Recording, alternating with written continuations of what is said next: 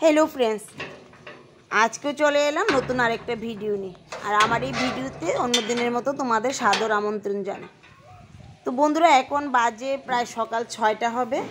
देखो चले एलाम बागाने और এই শিম গাছগুলির অবস্থা দেখো একদম খারাপ হয়ে গেছে। হয়তো অতিরিক্ত বৃষ্টিতে গাছগুলি পচে গেছে। তো কালকে রাত থেকে কিন্তু বৃষ্টি হচ্ছে, এখন একটু বৃষ্টিটা কমেছে।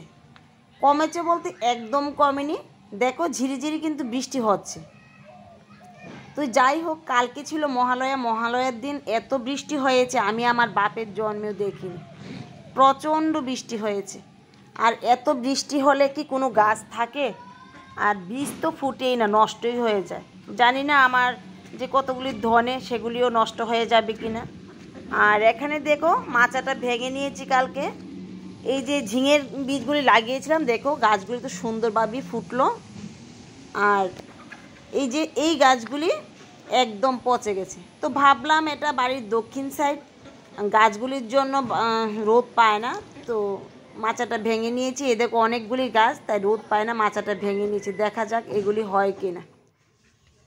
তো বন্ধুরা এখন হলো বিকাল 4টা, চলে এলাম বাগানে। আর এখন বৃষ্টিটা কমেছে, তো কিছু কচুর মূল মানে দুধ কচুর মূলগুলি উঠিয়ে আমি একটা জায়গায় রেখে দেব আগামী বছরের জন্য। আর যেগুলি শক্ত কিছু একটা দিয়ে মাটিটা করে সেগুলি তুলতে হবে। আর একটা জায়গায় রাখলে কি হবে, সেগুলি এলোমেলো হবে না, এদিকে ওদিকে ছিটবে না। একটা জায়গা থেকে আবার নিয়ে গরমের সময় লাগানো যায়। আমি বিশেষ করে চৈত্র মাসে এগুলি লাগিয়ে দিই, তাহলে কিন্তু কচুটা ভালো হয়। তো যে কচুগুলি পাই সবগুলি নিয়ে একটা জায়গায় রেখে দেবো। আর এমন জায়গায় রাখতে হবে যেখানে একটু জল থাকে। কচু গাছ কিন্তু জল না হলে মরে যাবে। কচু গাছ কি সব গাছে একটু জল না পেলে, যেহেতু শীতের সিজন একদম শুকনো আবহাওয়া থাকে, একটু জল না পেলে সেগুলি নষ্ট হয়ে যায়। দেখো অনেকগুলি কচুর মুড়ি কিন্তু পেয়ে গেলাম আজকে। তো চলো এগুলি কোথায় রাখবো তোমাদের দেখাই। এই মূলগুলি নিয়ে আমার বাড়ির দক্ষিণ দিকে মানে ঘরের দক্ষিণ সাইডে রেখে দেব। তো বন্ধুরা দেখো এটা হলো আমার ঘরের দক্ষিণ সাইড। আর এখানে উপরে একটা বেসিন আছে, বেসিনের জল পড়ে সব সময়, হাত মুখ ধোয়ার জল। তো এই জায়গাটায় রেখে দিলে জায়গাটা যেহেতু ভেজা থাকে, মূলগুলি আর নষ্ট হবে না। তো কচু তো মারা যায় না বা নষ্ট হয় না, যেভাবে রাখা হয় সেভাবেই থাকবে। তো এর উপর একটু মাটি দিয়ে চাপা দিয়ে রেখে দেব, তাতেই কিন্তু আগামী বছর ভালো থাকবে। তো দেখো এইভাবে মাটি দিয়ে ঘুরা দিয়ে দিলাম। আর আবার সামনের বছর যখন তুলি তখন তোমাদের আমি দেখাবো। তো এবার চলো কিছু সবজি তুলে নিই। আর বন্ধুরা তোমাদের তো বললাম এত বড় গাছ, এই গাছটা থেকে ঢেঁড়সগুলি তুলতে আমার খুবই কষ্ট হয়, বিশেষ করে এক হাতে তুলতে। আর জানি না কবে গাছটা এইভাবে নামিয়ে তুলতে তুলতে গাছটাই ভেঙে যায়। আর আজকে কিন্তু এই গাছটা থেকে 5টা ঢেঁড়স পাবো। দেখো আগাতে আছে 3টা ঢেঁড়স, আর সাইডের ডালগুলিতে আছে 2টা ঢেঁড়স। তো এরকম 2-3টা ঢেঁড়স গাছ থাকলেই যথেষ্ট, কিন্তু সব সময় এরকম গাছ হয় না।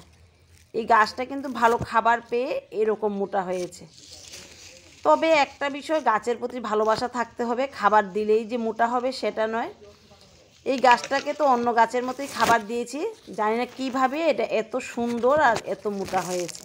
আর দেখো একটা গাছ থেকে কিন্তু 5টা ঢেঁড়স পেয়ে গেলাম, খুবই আনন্দ লাগে ঢেঁড়স তুলতে এই গাছটা থেকে। আর দেখো ঢেঁড়সগুলি একদম কচি। আর দেখি ওই সাইডের গাছটাতে একটা ছিল, আছে কি না, কারণ রোজই তো বানর আসে।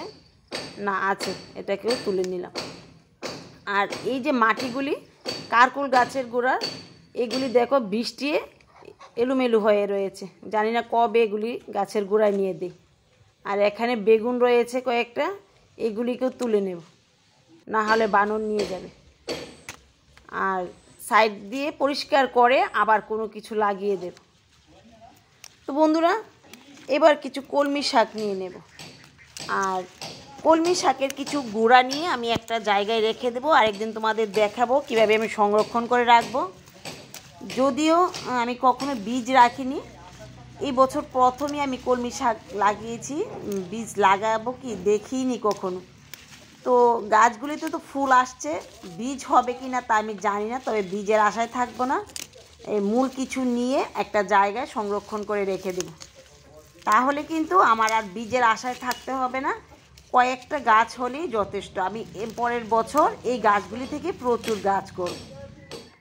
আর দেখো এই লঙ্কা গাছগুলি, এগুলি যেন লঙ্কা দিতে এখন আর ভালো লাগছে না। কি করে ভালো লাগবে, প্রচণ্ড বৃষ্টি, আর বৃষ্টির জন্য তো লঙ্কা গাছকে কোনো গাছই ফল দিতে চায় না। তো গাছগুলিতে যেমন লঙ্কার পরিমাণ কমে গেছে, তেমনি কিন্তু ফুলের পরিমাণও কমে গেছে।